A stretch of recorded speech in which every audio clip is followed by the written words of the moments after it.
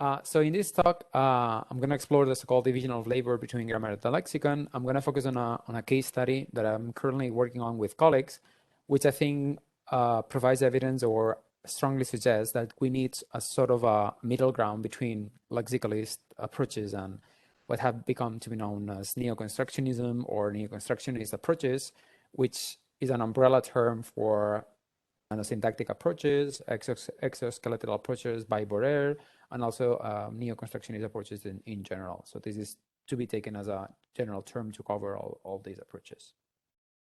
So a little bit of introduction.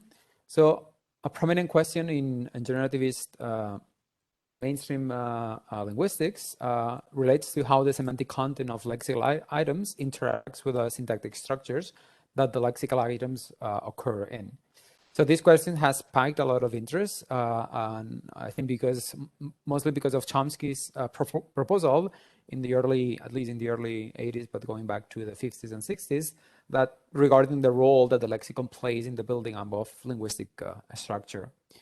That is that although it is a common assumption that the lexical items of the syntactic structures, they are indeed provided with semantic content, they have some sort of semantic content.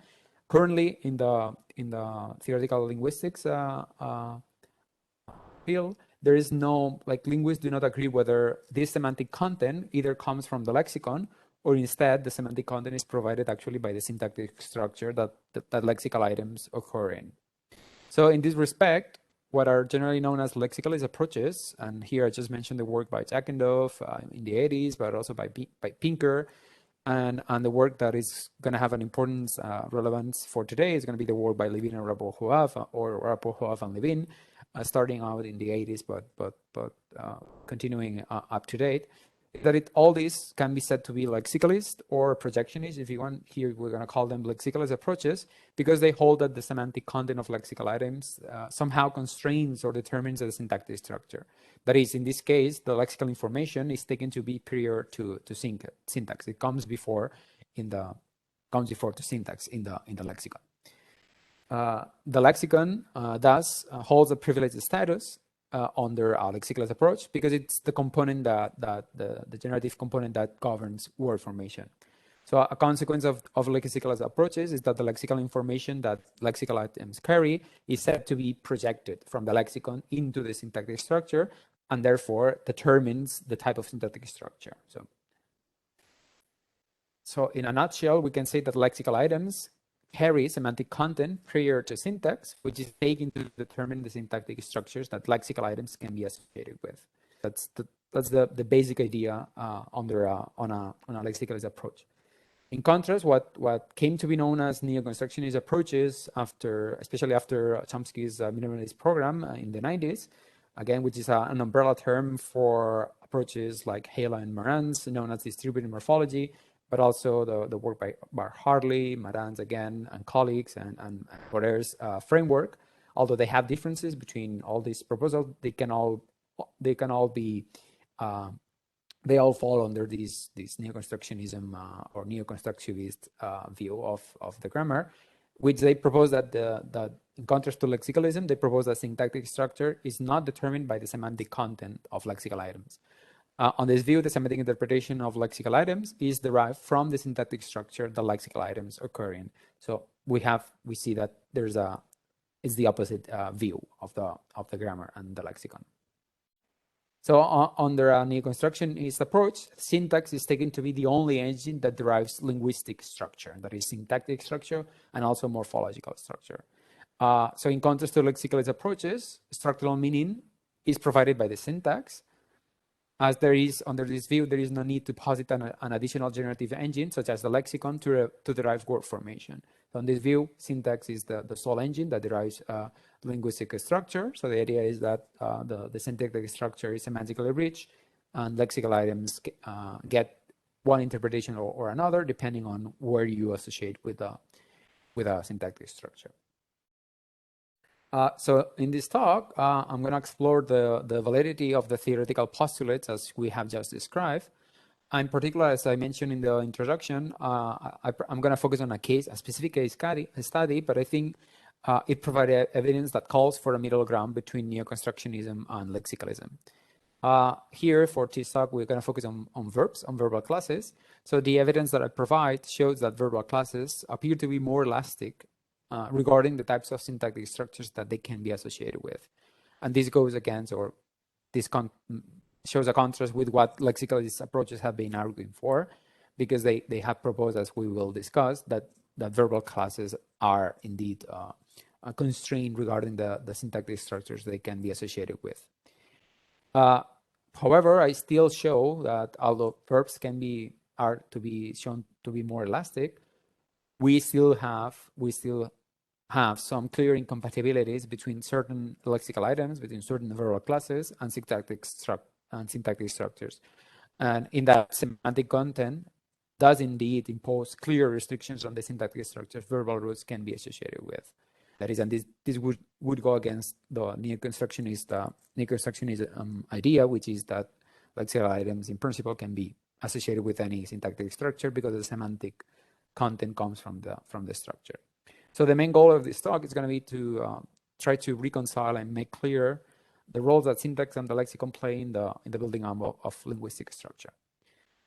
So the roadmap for today in section 2, which is the next one, I'm going to provide a detailed overview of what probably is the most influential lexicalist approach regarding verbal classes, which is that of developed by Levin and Rappaport Hovav.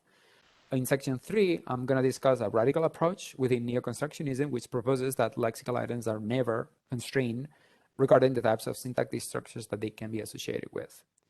And in section 4, after discussing and providing this overview, discussing data that challenge, I'm going to provide data with it, which I think proves challenging for both approaches, challenges both lexicalism and neoconstructionism. I discussed how such data actually call the need for a middle ground between lexicalism and neoconstructionism. So the idea is that we need some sort of balance between the role that the lexicon and the syntax play in the building up of syntactic structure. So a little bit of further discussion within lexicalism. Sorry. So within lexicalist approaches, as I've said, we're going to focus on the work by Rappaport Hovav and Levin because it's probably the most influential approach regarding argument structure and verb classes within lexicalism. So they propose that the lexicalization of a manner or result component determines syntactic structure. Okay, so what does it mean? So Rappaport Hovav have proposed that generally verbs can fall into two main wide semantic classes, what they call manner verbs, as we see in 1a, and manner verbs then are called manner verbs because they encode a manner of carrying out an action. And then we would have result verbs in 1b, which they encode a result state, that is a change of state or location. So the idea is the verbs in 1a, manner verbs, so wipe, run, poison, scrap, sweep, these are manner verbs because when you say John wiped the table, here they lexicalize a manner of carrying out an action without providing the result state. That is, you can say John wiped the table, but the table is not any cleaner than before. The table is still full of crumbs. Okay, so they lexicalize manner but not result. And the opposite is in result verbs. So if we take a look at the 1b, clean, arrive, kill, clear, remove. So if you take arrive, John arrived in Barcelona, this entails that John now is in Barcelona. There has been some result state, that is some change of location. But when you say John arrived in Barcelona, arrive does not lexicalize any manner of action. So the verb arrive is silent about whether John has ran, taken a plane or swam or whatever. The verb is silent. So we see the opposite pattern.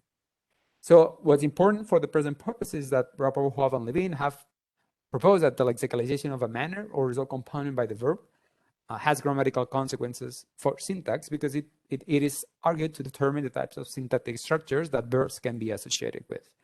So this is an idea that was proposed at least in the 90s, but as you can see here, the references that I provide, it's an idea that is actually up to date, and it's actually being still defended by their work in different times.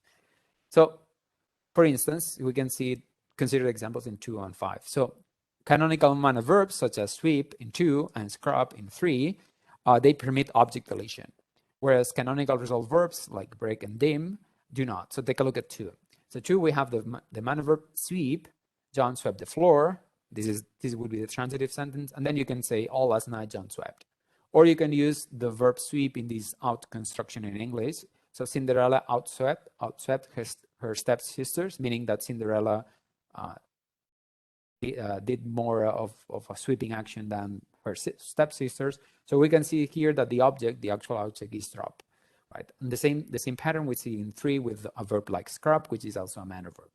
But then if we try to do that according to them with a resolved verb like break in 4, it doesn't work. So you can say John broke the vase, fine, but if you try to meet the object, and then you get what they call an ungrammatical sentence. So all last night John broke, this had to be ungrammatical.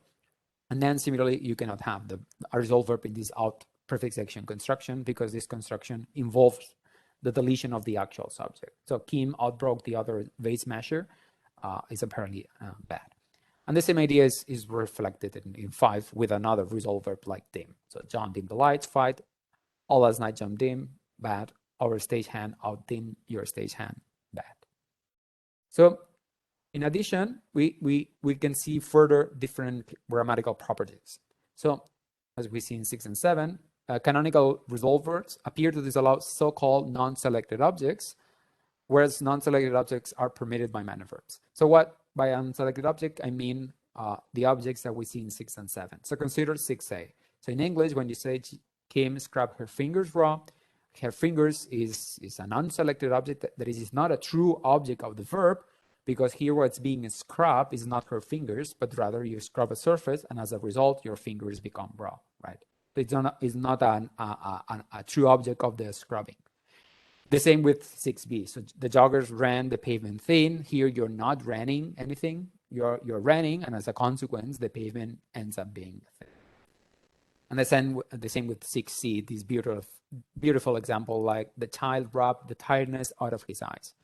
You are not rubbing the tiredness. You cannot rub the tiredness. You're rubbing your face maybe, and as a result, you remove this tiredness. So this is fine because these are manner verbs, but then you try to do that the same with resolved verbs as in 7 and Rappaport Hovav and also Bibas and Guscarbon and students of Levin, they know that this is not possible in English. So an example like 7a, the toddler broke his hands bloody. This cannot mean that the toddler broke things and as a result his hands became bloody.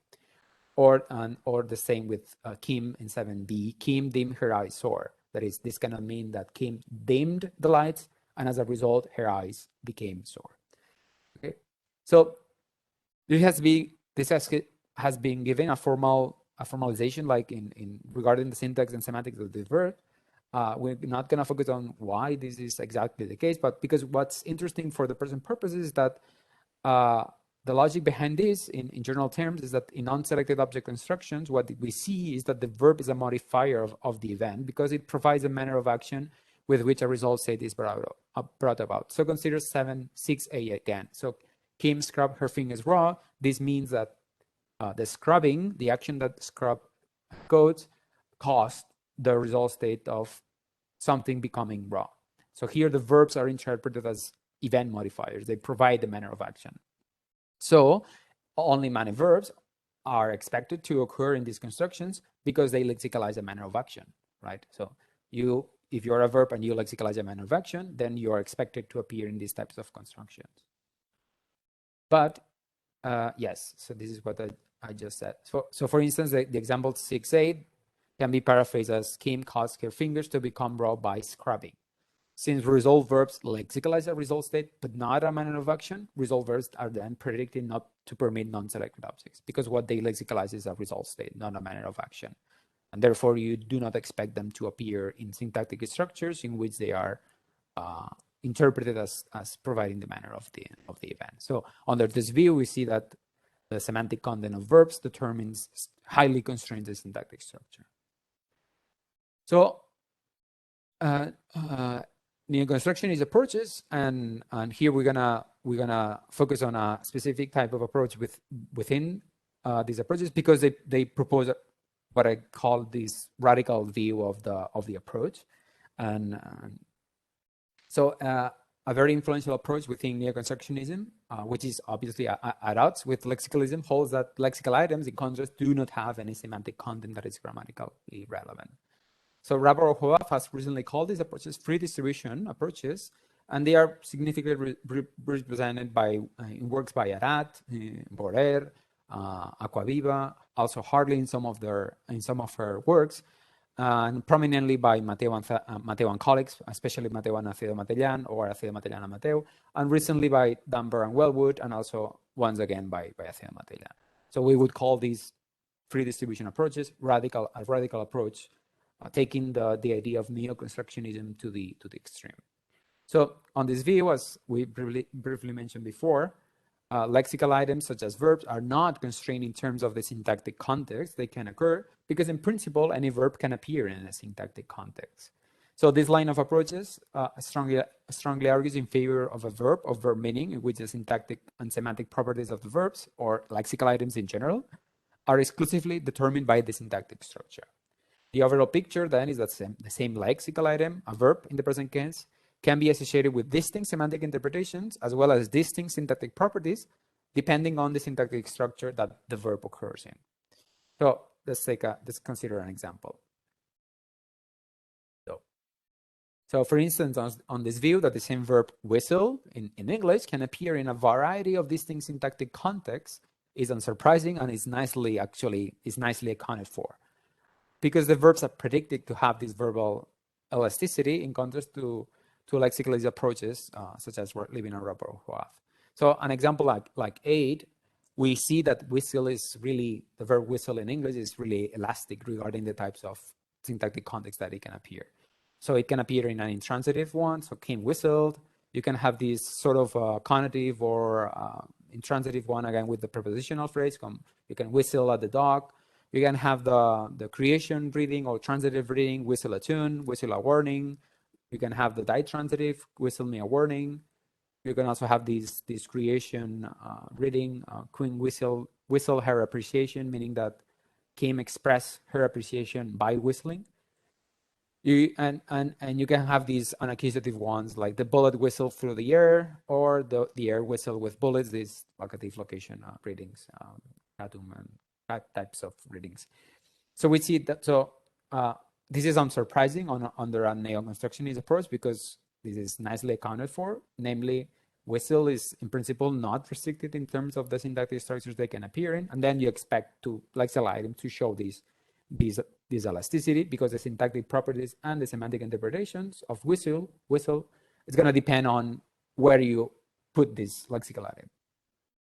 So similarly, the fact that the lexical item siren in English, so it can either be at least a noun and a verb, is also accounted for nicely, because the interpretation of siren as a noun or a verb is derived when this lexical item is integrated into a nominal or verbal syntactic structure, right? So siren is going to be a noun when you integrate it into a nominal structure. It's going to have nominal properties, and siren in contrast is going to be a verb when you insert it into a syntactic structure which has verbal properties. We have some examples in 9. So 9, what 9 illustrates is that the siren as a verb has different uses, as we saw with whistle. So this is also accounted for, and this is something that you would expect under a neoconstructionist approach, because this follows from the fact that siren can be associated with distinct verbal structures. That is, as a lexical item, it shows a lot of elasticity. You can have it in intransitive, transitive, causative, etc. So if we consider some examples in 9, so you can say in English, the factory horn siren throughout the raid. You can have 9b, the factory horn siren midday, and everybody broke for lunch, meaning that the factory horns expressed that it was midday by sirening. That would be a possible paraphrase. You can have this sort of ditransitive, so the police car siren the Porsche to a stop, etc. So this elasticity is something that you expect under a neoconstructionist approach, and there is no need to provide linking rules or sort of trying to. So under a lexicalist approach, this can also be captured, but you have to come up with more machinery to account for that. But under a neoconstructionist approach, this is easily and easily captured. Okay, so what Borrer, for instance, consider what Borrer, which I would call is the most radical approach. So Borrer actually in one of her latest book argues that lexical items are simply phonological indices without any content, because content is only introduced when lexical items appear together with some specific grammatical context. So that this would be the most radical approach. That is, lexical items are simply phonological indices. You only have a semantic interpretation once you use that lexical item in a context. Another line of research within neoconstructionism, which is prominently represented by Aceo Matellán and colleagues, and Mateo, but it's also argued and proposed in previous work of Borer, and also Aceo Matellán and Mateo Aceo Matellán 2012.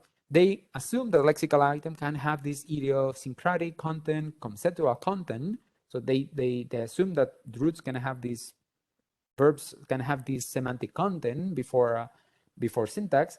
But what's crucial here is that it is not taken to be grammatically relevant. That is, although they can have this conceptual content does not have an impact on the syntactic structures that lexical items can be associated with.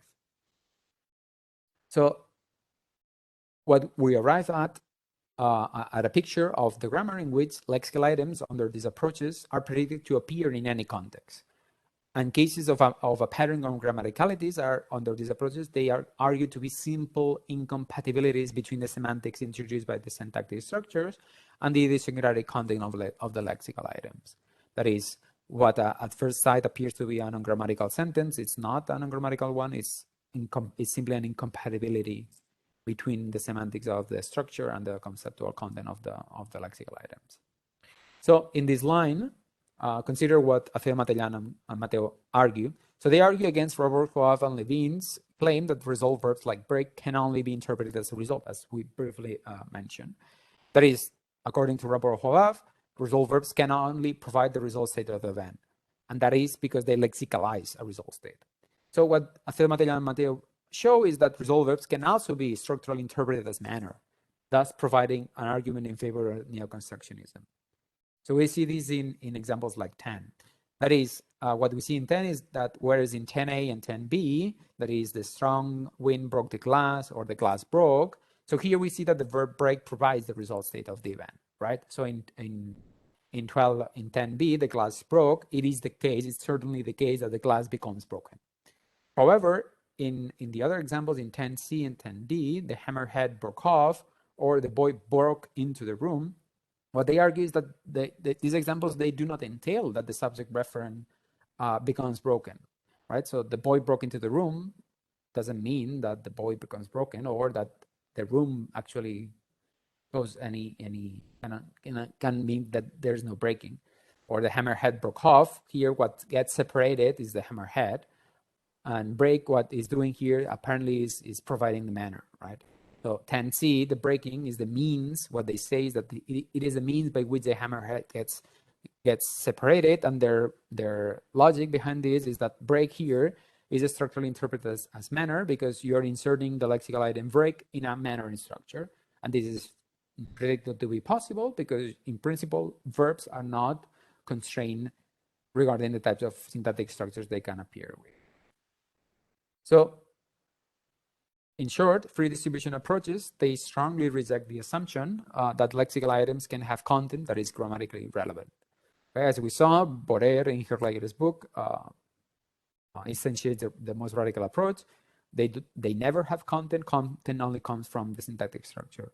Acedo and colleagues and Mateo, they argue that lexical items can have content before they enter associated with the syntactic structure, but this content is not grammatically relevant, does not have an impact on the syntactic structures that lexical items can be associated with. On this view, we arrive at a conclusion in which there is a super strong division of labor between the lexicon and the syntax, insofar only syntax determines the semantic and syntactic properties of the lexical items, and the lexicon is just taken to be this repository of idiosyncrasies and conceptual content. So having provided a brief overview of the consequences of both approaches, here I'm going to focus, as I said, on a case study, currently, which is work in progress, that is going to show that neither lexicalism nor neoconstructionism successfully capture the syntactic distribution of verbs. We're going to focus on resolved verbs in particular. I'm gonna try to show that neoconstructionist approaches, they over-generate, because there is a class of verbal roots that are highly constrained regarding the types of syntactic structures that they occur in. In contrast, I know that lexicalist approaches, in particular Rappaport Hovav and Levin's, undergenerate because there is a class of verbs that appear to be more elastic regarding the types of syntactic structures that they can be associated with. So as a friendly reminder, so recall that Rappaport Hovav and Levin argue that only manner verbs can provide the manner of the event. That is, John scrubbed his fingers raw. This is because manner verbs encode, lexicalize a manner of carrying out an action, and therefore occur in structures in which they provide the manner of the event. In contrast, insofar as resolved verbs encode a result state but not any manner of action, Rappaport Hovav argued that this class of verbs do not appear in these structures, in which they are structurally interpreted as providing the manner of the event. And we saw that this was the case in non-selected object constructions. And a canonical example is John broke his fingers bloody, which cannot mean that John caused his fingers to become bloody by breaking things. So in this way, the lexicalist approach by Rappaport Hovav and Levin highly constrains the types of syntactic structures verbal classes occurring depending on their semantic content. So here I note, however, I note that a class of resolved verbs do appear in non-selected object constructions as initially illustrated by Acedo and colleagues, contrary to what one would expect under the approach by Rappaport Hovav and Levin. The data that we're going to consider now in 11 to 13 shows that some resolved verbs can provide the manner of the event, despite not encoding, not lexicalizing any manner of action. Okay, so let's consider some examples in 11 to 13. So for instance, consider 11a. So we have this example from the web. So Samson, who ripped him free of his bindings and pulled him to safety. So rip is taken to be a canonical resolved verb. That is, it in principle lexicalizes a result state, that something that becomes ripped. But here, note that rip is not providing any result state. What Samson is ripping is not this object, is not him. Him is what becomes free as a result of the ripping. So what Samson actually rips is his bindings, right? The 7 would be in 11b. So 6 times we broke her loose from the rocks. So here you're not breaking her, you're actually breaking the rocks, right? And the same with a few slices of her clothes, she tore him free, right? So you're not tearing the object. So here the resolved verb is providing the manner of action, that is, she tore him free. We believe this can be easily paraphrased as she caused him to become free by tearing other things.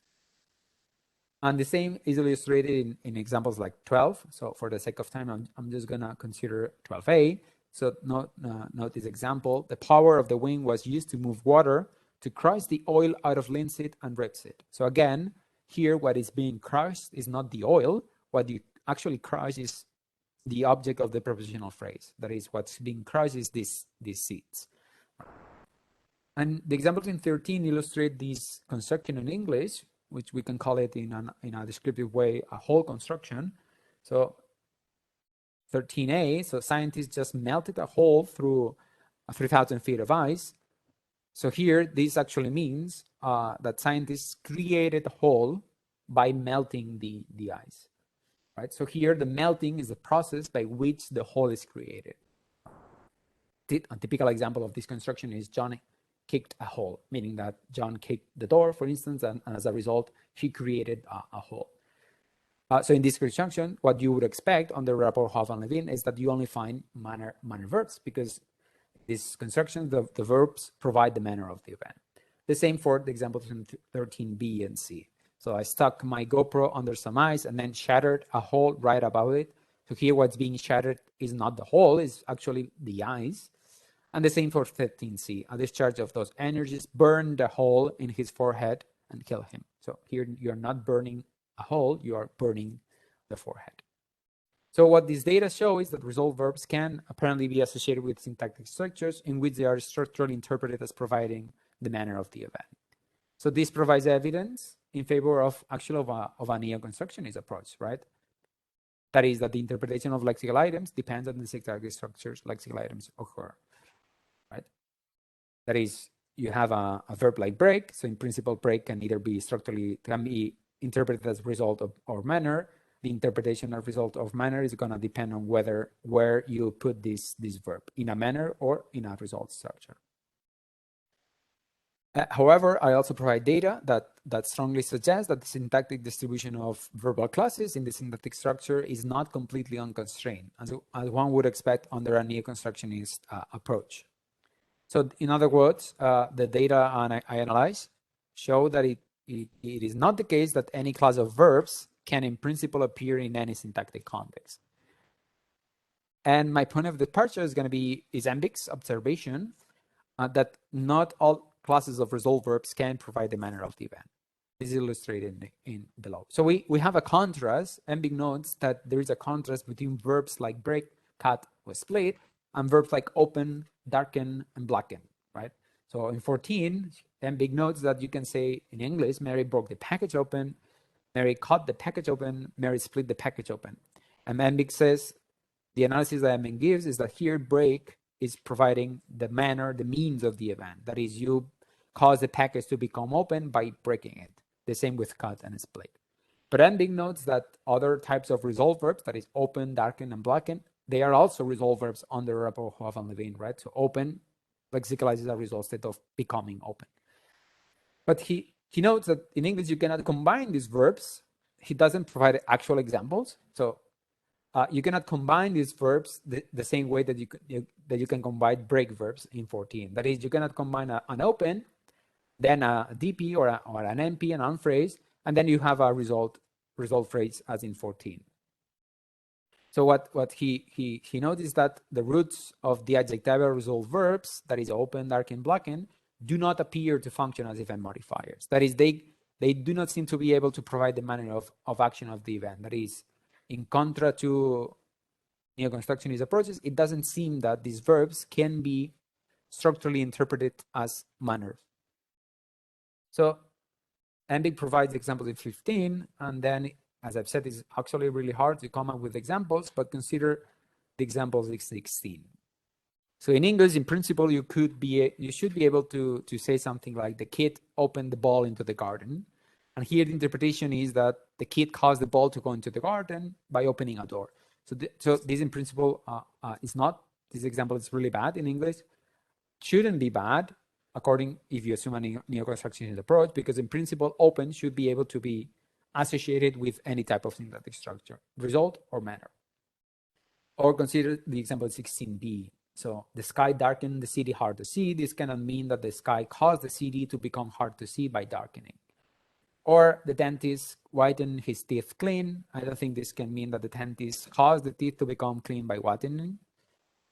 Or the same for 16d. So this example by Rappaport Hovav. We cooled the people out of the room with the air conditioner on to high. So again, this cannot have a manner interpretation of the verb cool. That is, this cannot mean that we cause the people to be out of the room by cooling something. So what's important to know that in 16 and also in Embick's examples, we have this type of verbs: open, darken, whiten, cool, dim, and thin.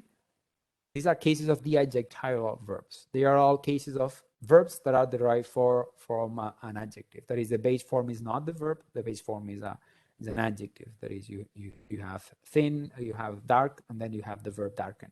Contrast, the break verbs, they are not adjectival. They are morphologically simple in this way.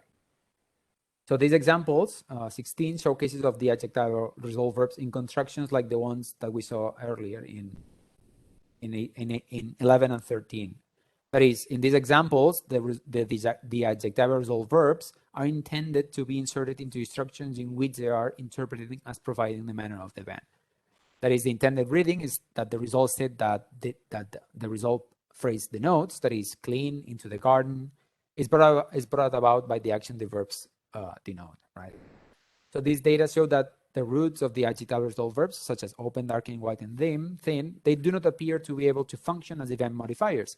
And this is something that you wouldn't expect, you don't expect under a neoconstructionist approach, because in principle, any type of lexical item should be able to be inserted into a manner or result structure, because lexical items are not constrained regarding the syntactic structures they can be associated with. Yes, so I just said it, but in other words, this class of resolved verbs, that is the adjectival resolved verbs, cannot be structurally interpreted as providing the manner of the event that brings about the result state.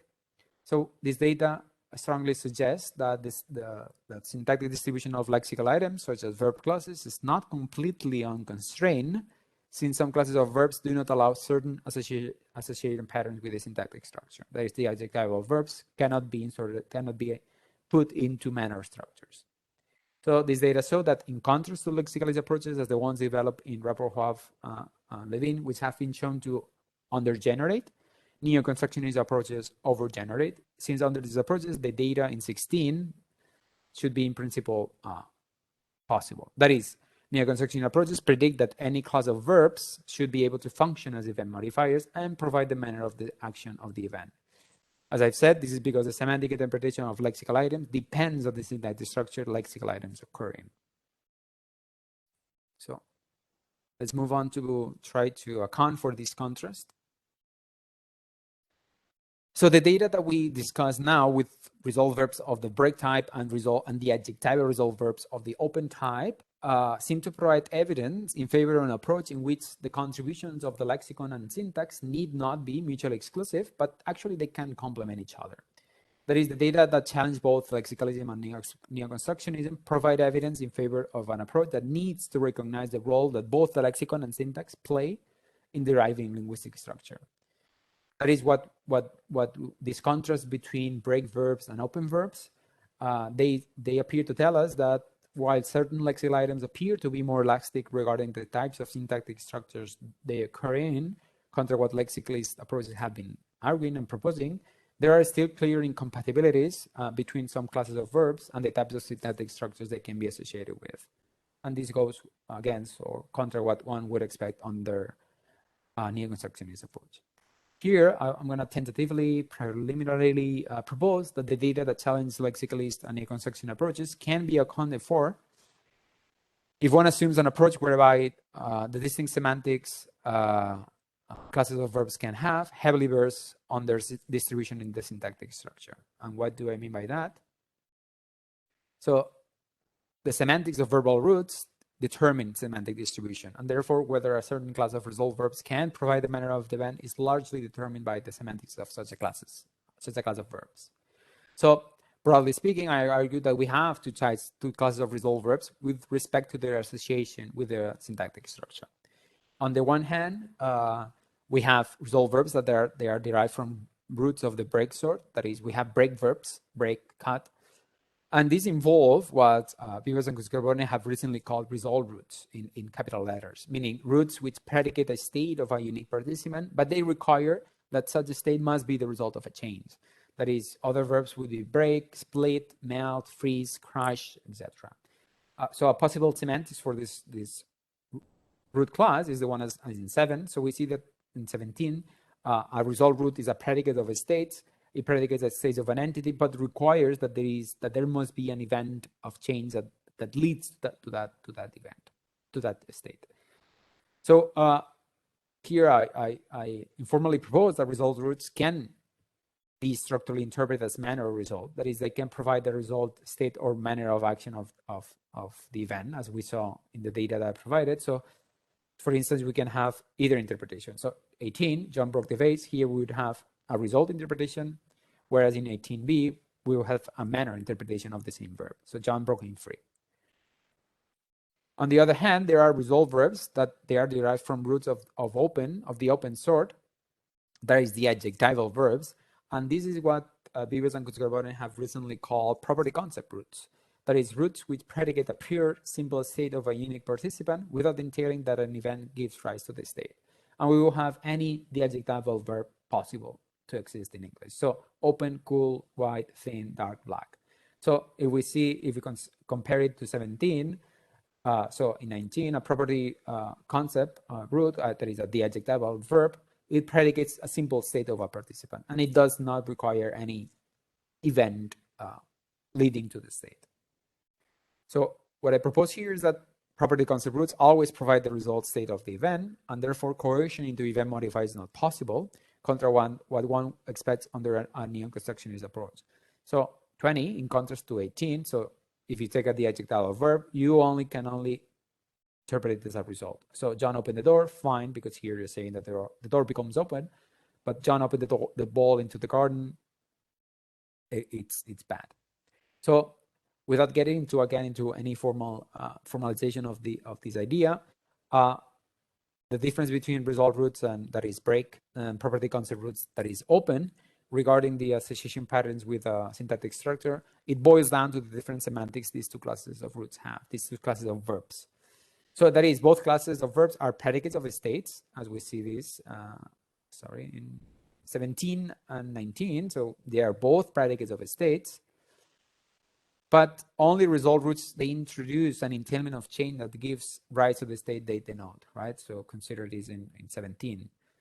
We have this eventivity, we have this event within the semantic denotation. That is, it requires that there is a change of a state event that brings about the state. So this means that in order for a broken state to hold of an entity, there has to be a previous event that leads to that state. In contrast, open states like open can hold of entities without there being any event leading to the state of being open. So imagine you can build a door open, so that door has never been opened. So the idea with break would be that you cannot, or break or crush or shatter, something cannot be said to be broken, shattered, crushed without there have been a previous event leading up to that state. So if we assume that, and if we agree that this is this difference between these two verb classes is right, as Big and proposed, what we naturally expect, is that property concept roots like open are therefore prime candidates for providing the result state of the event. Why is that? Well, because they simply denote pure states with no eventive properties. The fact that result roots can also function as event modifiers can be explained, or is expected. You can expect that because this class of roots has some eventive properties as part of the semantic denotation. That is an entailment of chains. So what I think is going on here is that the eventive properties allow them to allow these result verbs like break to associate with the syntactic structure as event modifiers as well. That is, they are predicates of a state. So you expect that a verb like break provides the result state of the event, but somehow these eventive properties that they have as part of the semantic denotation allows this class of verbs to also be interpreted as manner. Although the frequency of these result verbs, that is, you mostly find these result verbs of the break type, generally speaking, you find them in result structures. They can also be part of these manner structures in English. Contrast, what I propose is that property concept roots, that is open, they are never associated with the syntactic structure as event modifiers because they denote simple, pure states. And the root, the verb, is completely stated with no eventive properties, and therefore you expect them to always provide the result of the event and never the manner of the event. So to conclude and to point out future directions. So this proposal, the proposal that I just proposed is critically different. Note that it's critically different from lexicalist approaches because I acknowledge that some meanings are indeed constructional. That is, syntax does indeed determine the semantic interpretation of some classes of lexical items. And this was the case when result verbs provide the manner of the event.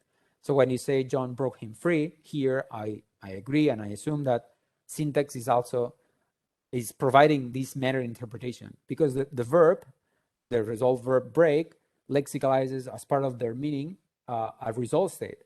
However, you are able to associate this verb to take break and put it into a manner structure, and therefore when you do that, syntax or the structure gives you this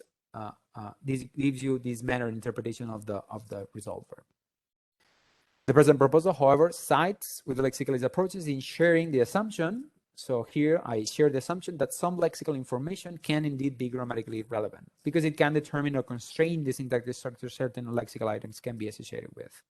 As we saw, and we saw this with verbs like open. So further, the present proposal is also critically different from neoconstructionist approaches, since I assume that the syntactic distribution of lexical items is grammatically constrained. That is, not all verbs appear in the same syntactic structures. this respect syntax is not taken to be the sole engine to derive linguistic structure. The lexicon can hold a more privileged status. So in a nutshell, what I have proposed is that the distinct semantics, so one has to be really careful about looking into the types of semantics similar verb classes have, as Vives and Consequently have done. That is, on the Rappaport Hovav and Levin, a verb like break, a verb like open, it's both a resolved verb. But if we look carefully into their behavior, we're gonna see that they are resolved verbs, but there's a crucial difference between these verb classes.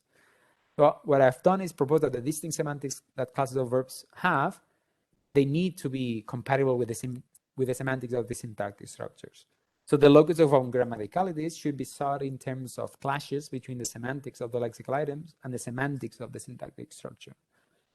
So the take home of this approach is that one should analyze the restrictions lexical items impose on the syntactic structure, while acknowledging at the same time that syntactic structures can also impose restrictions on the types of semantic interpretations they generate.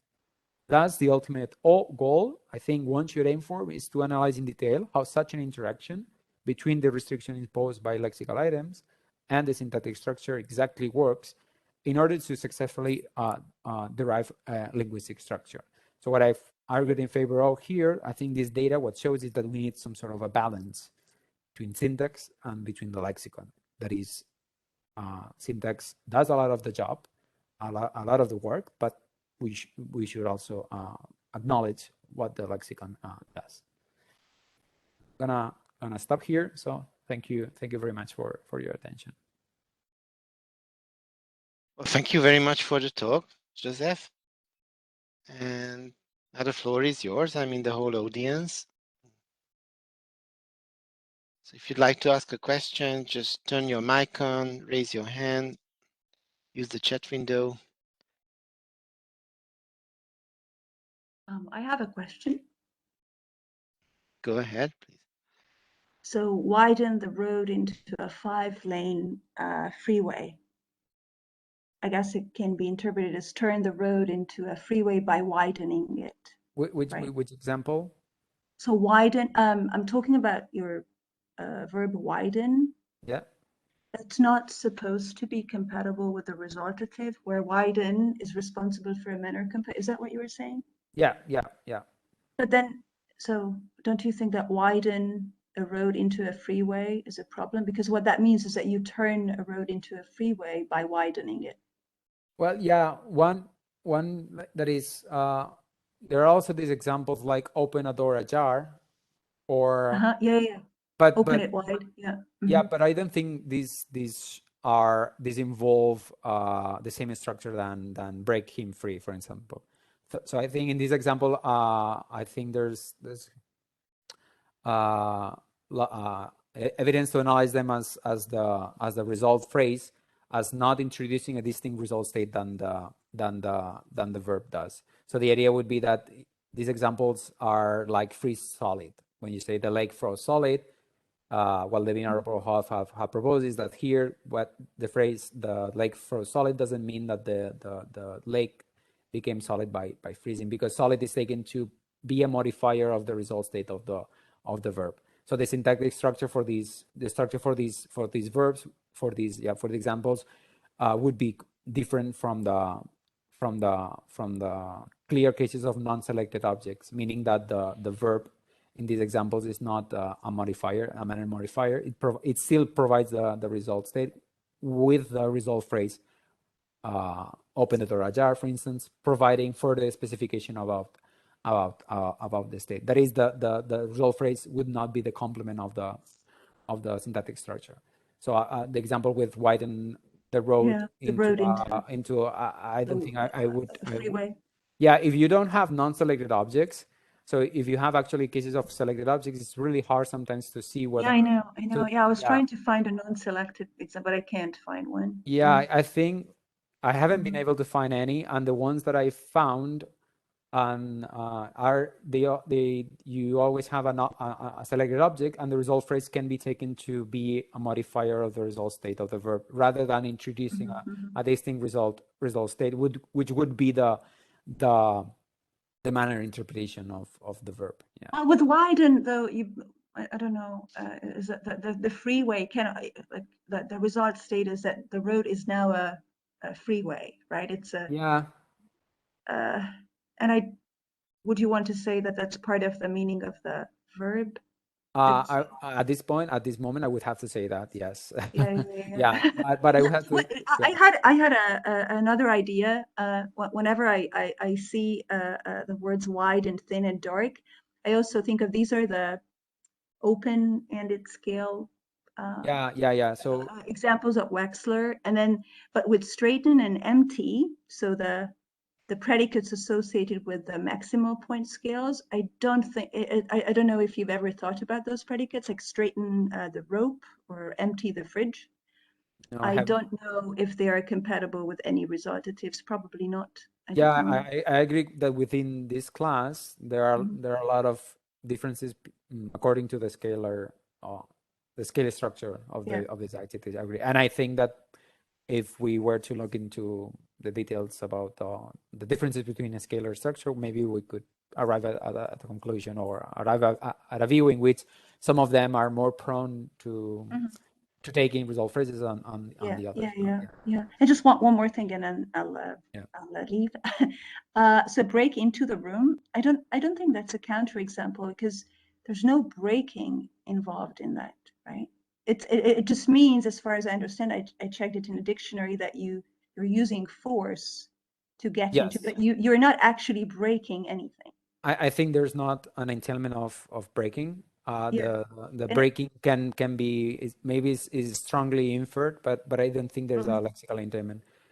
Yeah, I just wanted to that was an example from Alexiadou Matayam, perhaps, but and some of the examples do involve breaking. That's I guess, but that particular one is that one doesn't, and you could always say that you have to break verbs in English, and that's that's not that weird.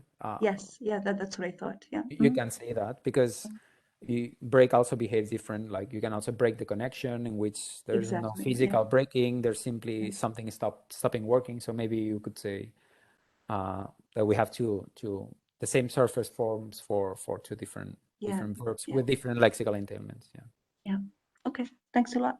Thank you, Eva. My way of thinking. Can I just ask you about your view on the grammaticality of 20b, for example? So so you don't want to put grammatical features into the lexicon, like you put there some semantics, right?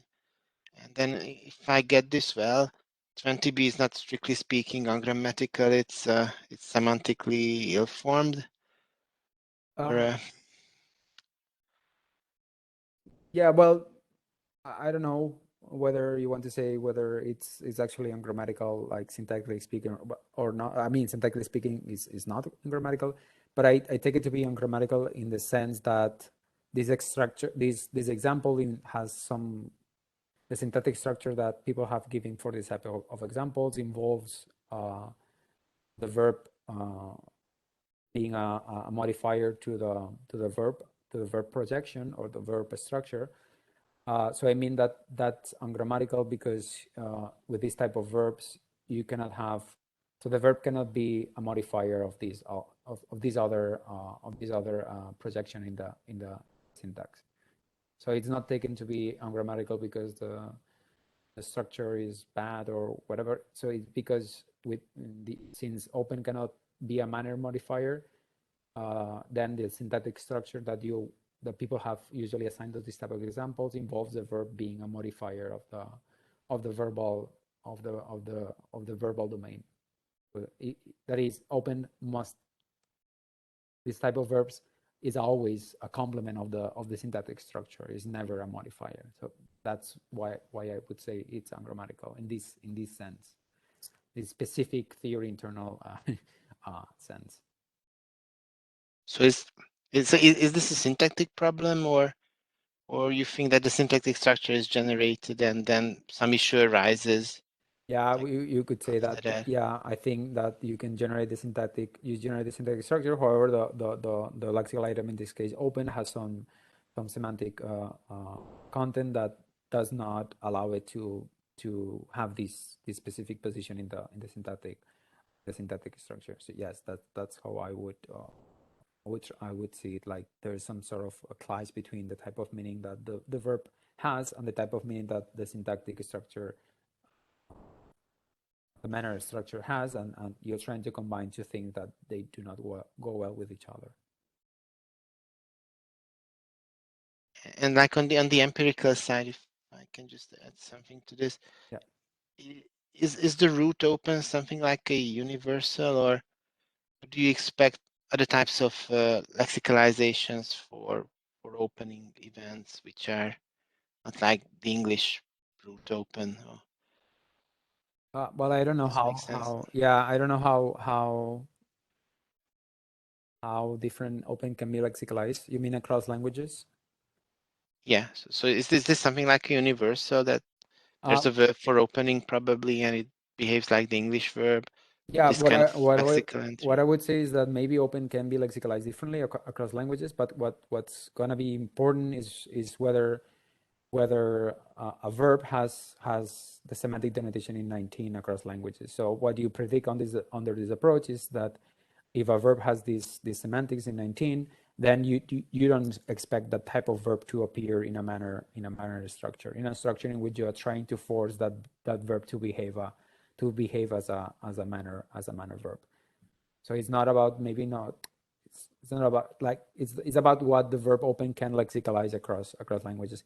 But I think Beavers and colleagues have shown that across languages, these type of verbs they keep their lexical attainments across languages. That is, you have the same type of a state of open in English and other languages is lexicalized the same way across languages. That is, you have a base form, an adjective open that denotes this simple state, and then you have the adjectival verb that can denote this becoming to open across languages. Okay. Thank you. Well, then maybe just another question. So you talked about this one particular class where we have to assume that there is some semantic content stored in the lexicon. Are there any other verb classes that you're working on that seem to have this property, that they need to be constrained lexically? Yeah, I think. Yeah, so I think the what Beavers call manner of killing verbs like electrocute, drown, crucify. All these verbs also have some rich lexical attainments, and they would behave like more. They would be even more specified, that they would not simply predicate a state and require that there be a change that leads to that state, but they also impose restrictions on how you can cause that state. So these type of verbs would even be more semantically rich in this case. So what you would expect that they should have more syntactic distribution compatibilities between syntactic structures, because they impose more restrictions on how the state they denote that is electrocute somebody according to Beavers and Kuzgaboren. That means that the somebody to become to die or to be shocked by electrocuting. So there's a specific type of event, and the verb provides information about all types of all the components of the event. So what I would expect it is that these can be also. This can also impose restrictions on the syntactic structures they can be associated with, because they are really semantically rich. Yeah. And as you already mentioned in the beginning, like you gave a talk, another talk here yesterday, which also discussed these verb classes. So if anybody is interested in that talk, we can, I think, forward your handout from yesterday. So just please send us a message or send Josep an email directly. So let me ask once again if there are any questions or comments. Well, then, thank you very much, everybody, for attending this talk today. Yeah. And thank you very much, Josep, for doing this talk for us. Thanks.